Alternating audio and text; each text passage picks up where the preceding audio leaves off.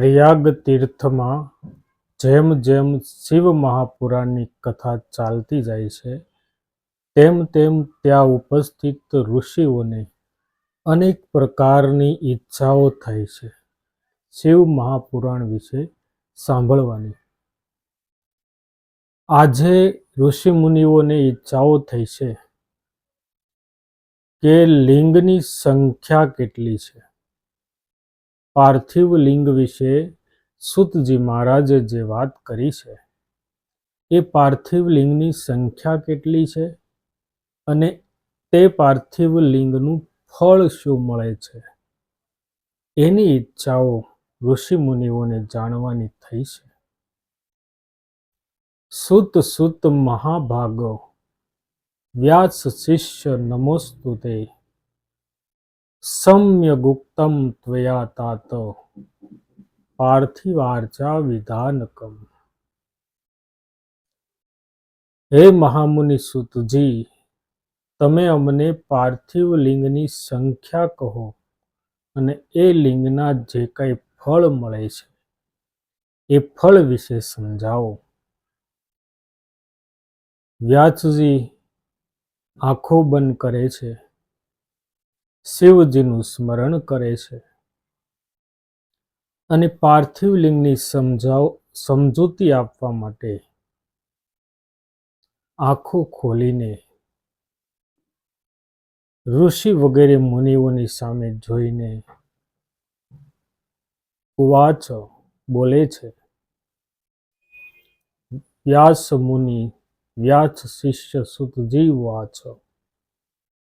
વ્યાસજીના શિષ્ય એવા સુતજી બોલે છે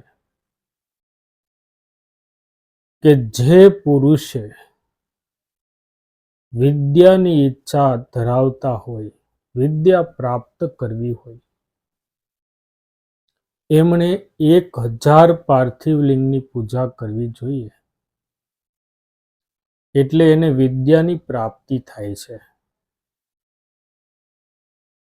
બધી જ વિદ્યા ગોખણપટ્ટીથી અથવા તો વાંચીને થતી નથી. કેટલીક અલૌકિક વિદ્યાઓ હોય છે જે મહાદેવની કૃપા વરસે ને ત્યારે પ્રાપ્ત થતી હોય છે. આપણે ઘણા બધા દાખલાઓ એવા સમાજમાં જોતા હોઈએ છીએ કે ઉંમર નાની હોય અને જ્ઞાન મોટું હોય, વિશાળ જ્ઞાન હોય કે જે લેવાથી શક્ય ન બન્યું હોય પરંતુ હોય તો એ શિવજીના સ્મરણ થકી, પાર્થિવ લિંગના સ્મરણ થકી કે પૂજા થકી પ્રાપ્ત થતી હોય છે. અને એવી વિદ્યા જે પુરુષ ઈચ્છતો હોય તેમણે 1000 પાર્થિવ લિંગની પૂજા કરવી જોઈએ. ત્યાર પછી સુતજી મહારાજ આગળ કહે છે કે જેઓને ધન પ્રાપ્ત કરવું હોય તેમણે 500 પાર્થિવ લિંગની પૂજા કરવી જોઈએ.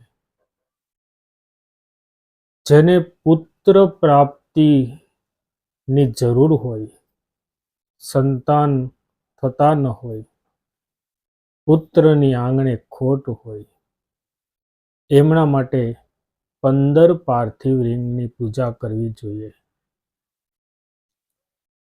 પછી સોનું અથવા વસ્ત્ર જોઈએ, આભૂષણ માટે, અલંકારો માટે. તો એવી ઈચ્છા જે ધરાવતા હોય એમણે 500 પાર્થિવ લિંગની પૂજા કરવી જોઈએ. આ બધી સંખ્યામાં સુતજી મુનિઓને બતાવે છે. જેઓ પૃથ્વીની ઈચ્છા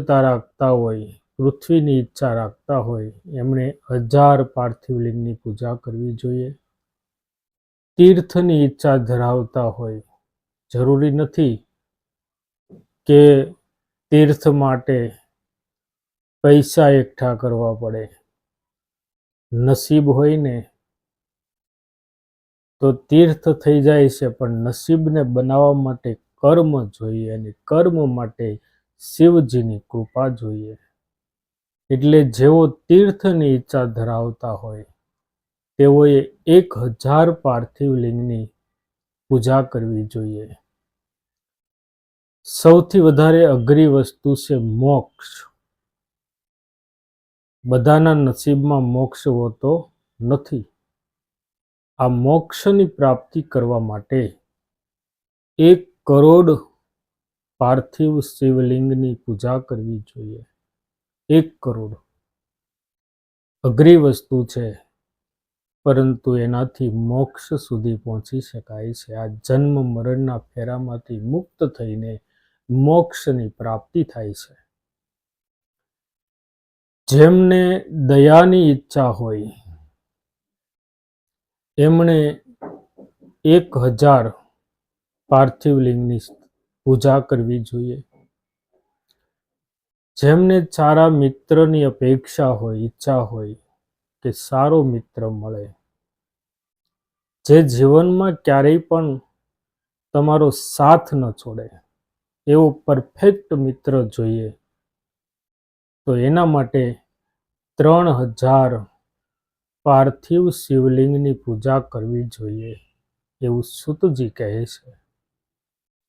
આગળ સૂતજી કહે છે કે કોઈને વશ કરવા માટે, વશ એટલે વશ કરીને એવું કોઈ અહિત કરનારું કાર્ય કરાવવા માટે નહીં, પરંતુ કોઈ ક્રોધી સ્વભાવ હોય, કોઈ રાક્ષસી માયા હોય, કોઈ દુષ્ટ હોય, વિના કારણે કોઈ પીડા આપનારું હોય, એવા વ્યક્તિને વશ કરવા માટે 800 પાર્થિવ લિંગની પૂજા કરવી જોઈએ.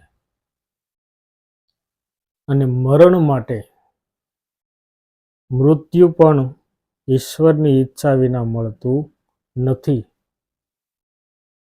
એટલે મૃત્યુ માટે, સારા મૃત્યુ માટે પરિવારને સેવા ન કરવી પડે અને પોતે ભોગવવું ન પડે એવા દુઃખ દર્દ વિનાના મૃત્યુ માટે 700 શિવલિંગની પૂજા કરવી જોઈએ.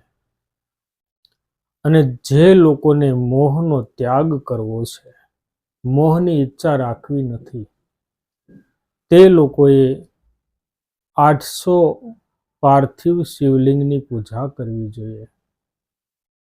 અને જે લોકો ઉચ્ચાટન કરવા તત્પર થયા છે, એમણે 1000 પાર્થિવ લિંગની પૂજા કરવી જોઈએ. એવી રીતે આગળ સમજાવતા સૂતજી કહે છે કે સ્તંભન માટે 100 પાર્થિવ લિંગની પૂજા કરવી જોઈએ. દ્વેષ માટે, પોતાની ઉપર દ્વેષ ન ચડે, સારું કર્મ થાય, બીજાની નિંદા ન થાય, એના માટે 500 પાર્થિવ લિંગની પૂજા કરવી જોઈએ. કોઈ પણ પ્રકારના બંધનથી છૂટવા માટે 1500 પાર્થિવ લિંગની પૂજા કરવી જોઈએ. જીવન છે તો બંધન તો આવવાનું, અને એ બંધનથી છૂટવા માટે મહાદેવનું સ્મરણ કાફી છે. એના માટે અહીં તહીં ભટકવાની જરૂર નથી. ખોટા વિચારો કરવા, ખોટી બીજાની પાછળ અપેક્ષાઓ રાખવી, એ બધું જૂઠું છે. મહાદેવની પાસે ચાલ્યા જાઓ તો મહાદેવ તમને બંધનમાંથી મુક્ત કરશે. અને મહાદેવના આ કાર્ય કરાવવા માટે, બંધનથી છૂટવા માટે 1500 પાર્થિવ લિંગની પૂજા કરવી જરૂરી છે. પછી આગળ કહે છે કે મહારાજાના ભયથી છૂટવા માટે 500 પાર્થિવ લિંગની પૂજા કરવી જરૂરી છે. પહેલા રાજાશાહી હતી. બધા જ રાજાઓ સારા, કુશળ, સંસ્કારી એવા હતા નહીં. અમુક રાજાઓનો પ્રજાને ભય પણ રહેતો. આજે પણ રાજકારણની અંદર રાજકીય નેતાઓ હોય કે જેના હાથમાં સત્તા હોય, ખુરશીનો પાવર હોય, આ લોકો જ્યારે ખોટો ત્રાસ આપે છે ને માણસને, ત્યારે એ માણસને એમાંથી બચવા માટે 500 પાર્થિવ શિવલિંગની પૂજા કરવી જોઈએ. ચોરના સંકટમાંથી બચવા માટે 200 પાર્થિવ લિંગની પૂજા કરવી જોઈએ. અને ડાકણ, ભૂત, ભૂવા વગેરેના ભયથી મુક્ત થવા માટે 500 પાર્થિવ શિવલિંગની પૂજા કરવી જોઈએ. ગરીબીને દૂર કરવા માટે, દારિદ્રતા દૂર કરવા માટે 5000 પાર્થિવ શિવલિંગની પૂજા કરવી જોઈએ.